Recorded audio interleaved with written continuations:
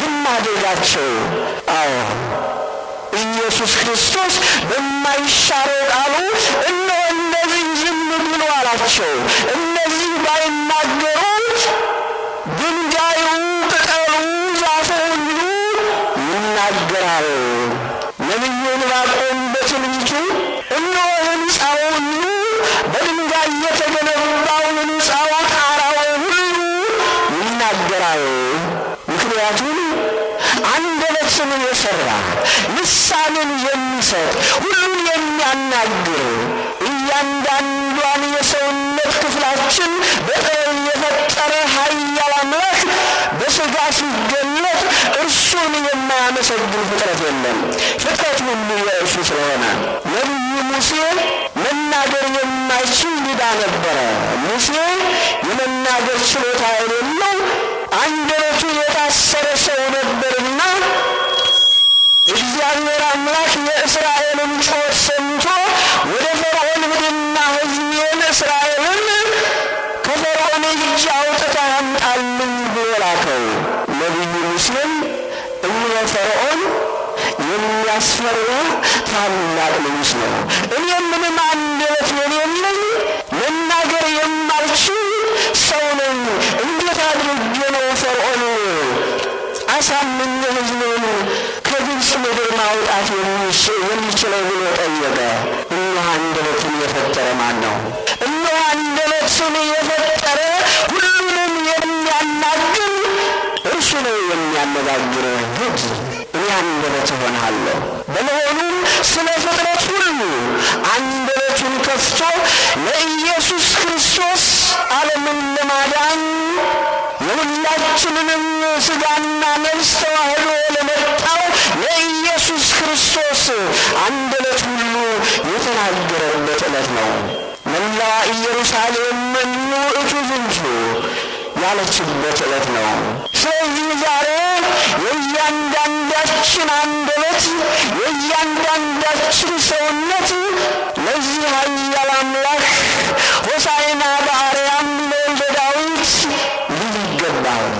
አዎ ታዲያ ዛሬ እያንዳንዳችን የሆሳዕናን በዓል ስናከብር ይህንን ታላቅ በዓል ስናከብር ኢየሱስ ክርስቶስ በኢየሩሳሌም ጎዳና በቤተ ፋጌ በደብረ ዘይት መንገድ ሲመላለስ በዓይነ ሕሊናችን ልናየው ይገባል። እያንዳንዳችን ልብሳችን ሳይሆን ወይም ቅጠል እየቆረጥን ሳይሆን በሕይወቱ ያዳነውን ልቡናችንን ልናነጥፍለት ይገባል። የሁላችን ልብ የሁላችን ሰብዕና ለኢየሱስ ክርስቶስ መመላለሻ ማደሪያ መኖሪያ ሊሆን ይገባል። እነሆ በዘመኑ የነበሩት በአህያ ውርንጫ ሲቀመጥ የዘላለም አምላክ እንዳይጎረብጠው እንዲመቸው ነበር ልብሳቸው የሚያነጥፉበት። እርሱ የተቀመጠባት አህያ በመሬት ላይ እንዳትሄድ እርሱን ስለተሸከመች ነበር ልብሳቸውን ያነጥፉ የነበሩት። በፍጹም ልብ ነው ልብሳቸውን ብቻ አልነበረም። አሁንም የእያንዳንዳችን ልብ ለክርስቶስ የማይጎረብጥ ለክርስቶስ የሚመች ንጹሕ ልብ ሊሆን ይገባል። ከእያንዳንዳችን የሚፈልገው በመጀመሪያ ይህንን ነው። ታዲያ እያንዳንዳችን ራሳችንን ስንገምት፣ ስናይ፣ ስንመለከት፣ ስንመረምር ሰው ከራሱ በላይ ራሱን የሚያውቀው ሌላ የለም። ሁላችንም ወደ ሰውነታችን በዚች ቅጽበት ራሳችንን እንመልከት፣ ራሳችንን እንጎን።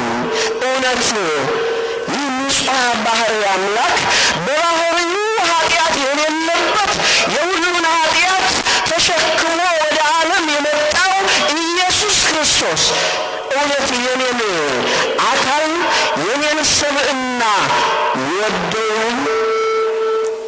እነሆ የኔ ማንነት የኔ ሰውነት የኔ ሰብዕና ክርስቶስን ያስደስተውን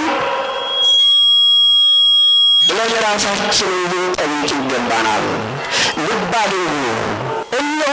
ታሪክ በስነ ፍጥረት ታሪክ ውስጥ ሰምቶ ብቻ ወይም አይቶ ብቻ ይድን የለም።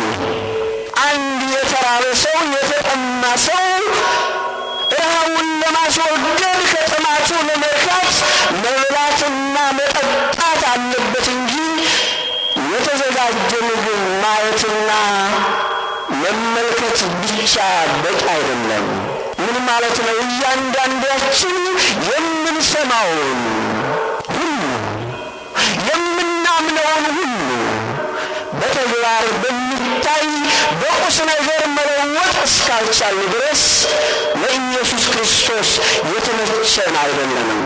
ሐዋርያው ቅዱስ ጳውሎስ እነሆ ከዚች ቅጽበት ጀምሮ የተሸከማችሁት ሥጋ እናንተ ሰምዕና በሕይወት የተገዛ የሕይወት ዋጋ ተከፍሎበት የተገኘ ነው።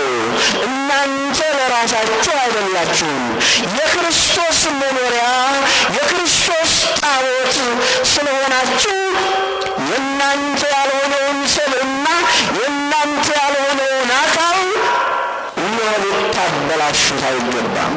ስለዚህ እያንዳንዳችሁ ሰብዕናችሁ ልትጠብቁ ይገባል።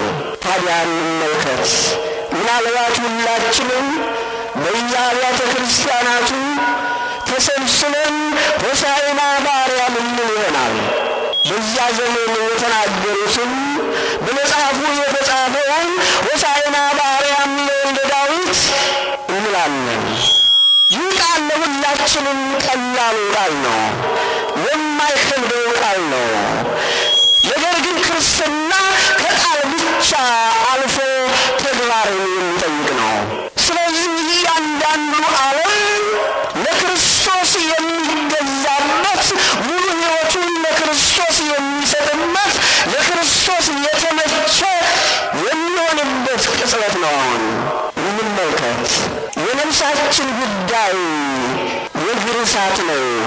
የነፍሳችን ጉዳይ የዘላለም ሕይወት ጉዳይ ነው። ኢየሱስ ክርስቶስን የማይከተል የማያመሰግን ለእሱ የማይመለከት እውነት ሁሉ እሱን የማያመሰግን አንደበት ሁሉ ለእርሱ የማይገዛ ሰብዕና ሁሉ በክርስትና ሕይወት ቦታ የለውም።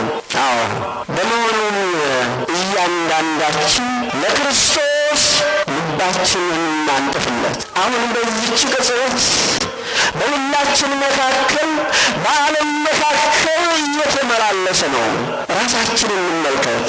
ሐዋርያው ቅዱስ ጳውሎስ ወኩሉ ዘተጽሕፈ ለተግሣጽ ዘአነ ተጽሕፈ የተጻፈው ሁሉ የምናነበው እንዲሁ አነበነው ሰምተነው የሚያልፍ ልክ እንደ ጊዜያዊ መጻሕፍት ወይም ታሪክ ለጊዜው አስደስቶን የሚያልፍ ነገር አይደለም።